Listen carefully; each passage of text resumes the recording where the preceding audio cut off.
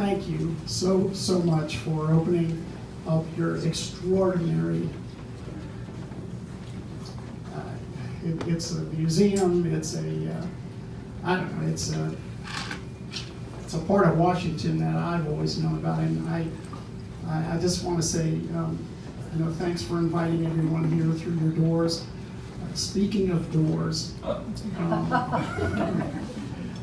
as Craig was saying, I remodeled a place in LA, but before that I remodeled a place in San Diego, this old beautiful historic home from the 1920s, and I put a secret door in this remodeled home, and I did it, it looked like you walk into a library and then you push a particular book, just like you see in the movies, and this door swings open from this library, and now you're into my office with this fireplace and the ocean in the back. It's a gorgeous thing.